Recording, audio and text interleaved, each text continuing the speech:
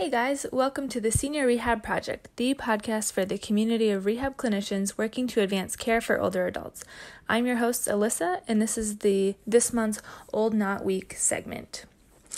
Today I wanted to talk about protein consumption in older adults.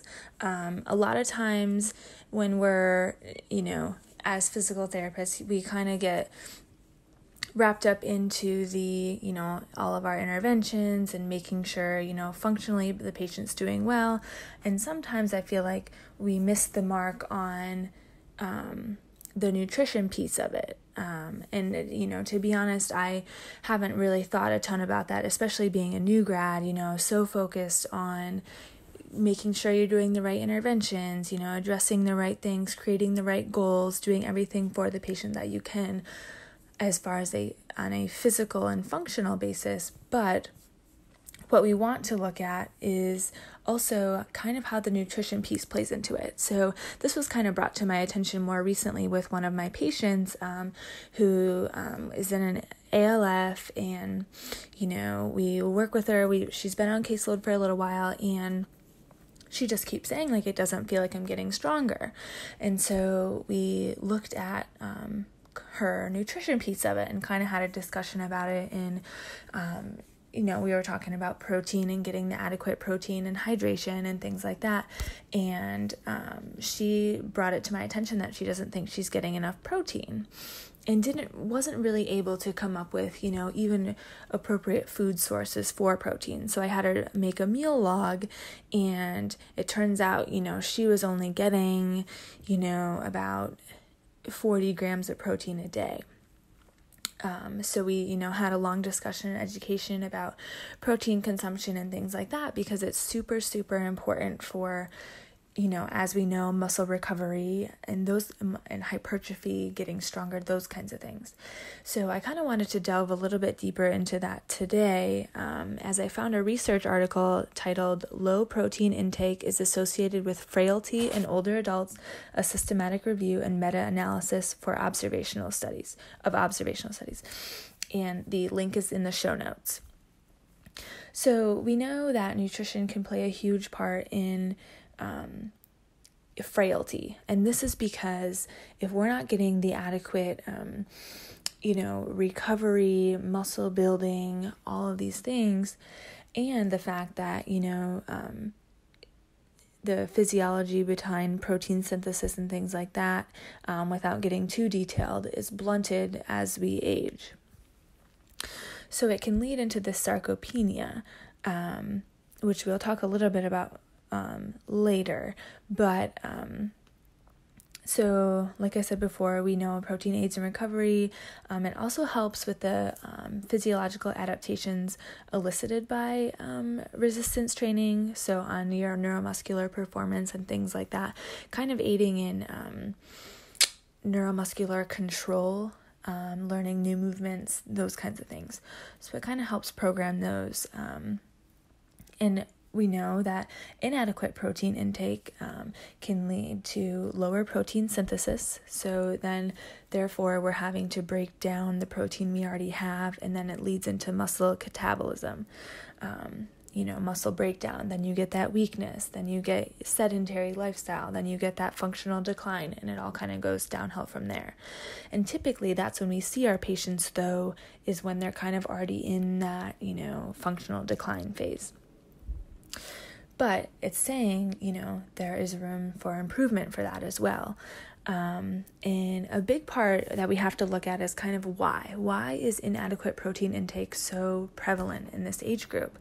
And my patient's main issue was that she just wasn't hungry. She said she doesn't feel hungry, especially for breakfast and things like that. So a lack of appetite is common.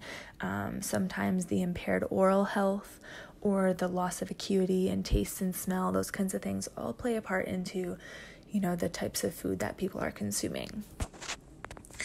And this research article also mentioned that older adults might even need more protein compared to a younger adult, just because of the blunted physiological responses that I won't go into depth with, but just so we kind of know the basis of it. So going back, a lack of protein can lead to sarcopenia. So sarcopenia is defined as marked muscle atrophy, reduced physical function, and then loss of strength. A lack of protein also is associated with dementia, low global cognitive scores, visuospatial skills, nonverbal memory, and a decrease in logical memory. So it has not only an effect on physical function, but also on cognitive function as well. So that's why it's super, super important to kind of address these things and make sure that this is also a piece of the puzzle. So this article mentioned that frailty, when we kind of reach that slowness, weakness, exhaustion in our patients, it might be the final progression of this sarcopenia. So if we have inadequate protein intake, then we kind of move into that sarcopenia stage where our muscles are starting to break down, things like that. And then once that kind of progresses and compounds, then we move into this level of frailty, which is typically, like I said, when we see most of our patients. So there was also another study regarding levels of protein intake. So we're looking at like a high level of protein intake at 1.0 to 1.2 grams per kilogram, which was associated with higher lower limb strength and higher physical function compared to people that had low protein intake, which was about less than 0.8 grams per kilogram. So just to kind of put it into perspective. So, we hear all these things about how protein can have such a inadequate protein can have such a negative impact on, performance and muscular strength and things like that. Then we kind of have to take a step back and say, you know what, how are we able to increase this protein intake? How can we educate our patients on the importance of this? How can we, kind of set goals as far as this is concerned while still addressing, physical function? And again, this is very important to address because it has such a correlation with physical function as well. So this study mentioned that, which was kind of interesting to think about, that they recommend, or that it was found, a spread distribution of protein intake during main meals is better associated with gait speed and power compared to relative protein intake. So what that's saying is we want to spread the protein out throughout the day so it's more easily absorbed and, better processed, versus just depending on like a set number. So basically, if you're having 10 grams of protein, just for an example, 10 grams of protein for breakfast, lunch, and dinner, that's much better than just having 30 grams of protein at dinner. So we want to kind of spread it out throughout the day, so we kind of give options for each meal versus just focusing on a set number at the end. And it's also said is if you want to kind of tack a number to it, frequent consumption of meals containing at least 30 grams of protein is associated with greater lean mass and lower limb strength in middle-aged and older adults. So again, kind of hitting at that concept that you kind of want to spread it out throughout the day versus just having it, all at once, because it's a lot for your body to process all at once versus kind of throughout the day.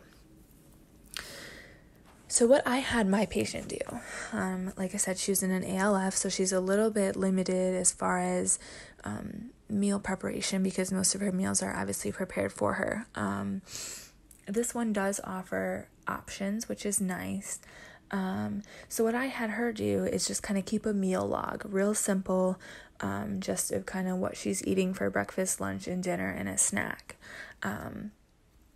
And then for like 2 days.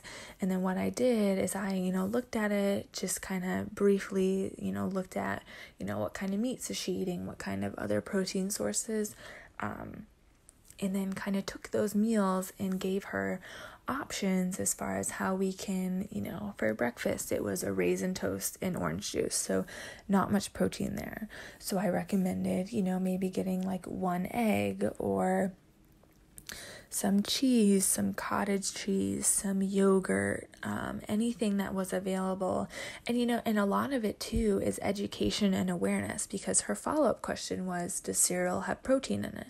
Which, is kind of, then you kind of have to take a step back and, say, okay, we need to maybe do a little bit more education on, what are good protein sources, because sometimes people just don't know.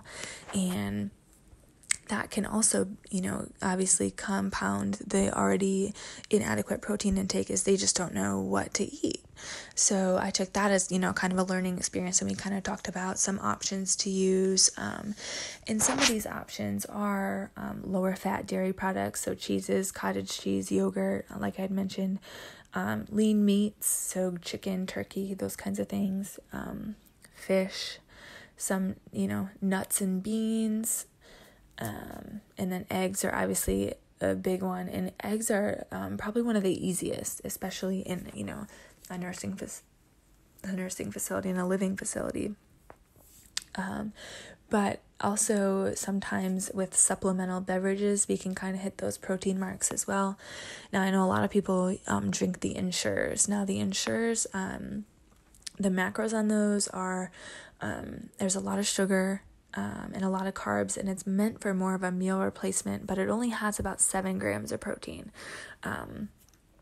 So we got to kind of look for other sources too. Now, obviously, if this, is the only source of nutrition for this patient, or they depend a lot on Ensures, then we can kind of discuss other options. But it's just kind of an eye-opening kind of thing that I think I need to be more aware of, and that we as clinicians need to be more aware of as the whole picture, especially in like a home health setting, even across settings, because like I said, a lot of people just are lacking the education on it.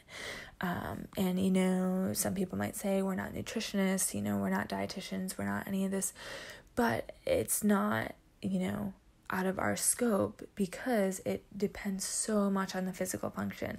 So maybe, with this patient that I had mentioned previously, we have made gains. They haven't been necessarily, significant and huge leaps and bounds, but if we maybe start to address this protein issue and kind of start to increase that, then we might be able to see a more significant increase in function. So it's one of those things that it can definitely help us, even expedite our therapy process a little bit. So we don't have to, keep these patients on for so long, because they're not really progressing as quickly as we would like. But maybe it's not just that they're weak, but maybe there is another component. So just kind of wanted to bring this up as kind of a reminder and kind of an eye-opener. Now it's super easy, and we don't need to worry about, counting grams and counting, making sure we hit each specific number. But it's one of those things that we have to start from where they're at. So if my patient, say she was eating 30 grams of protein a day, so we need to take that and start increasing that. And not focus, on you need to hit 30 grams a day, because people aren't going to be compliant with that right out of the gate.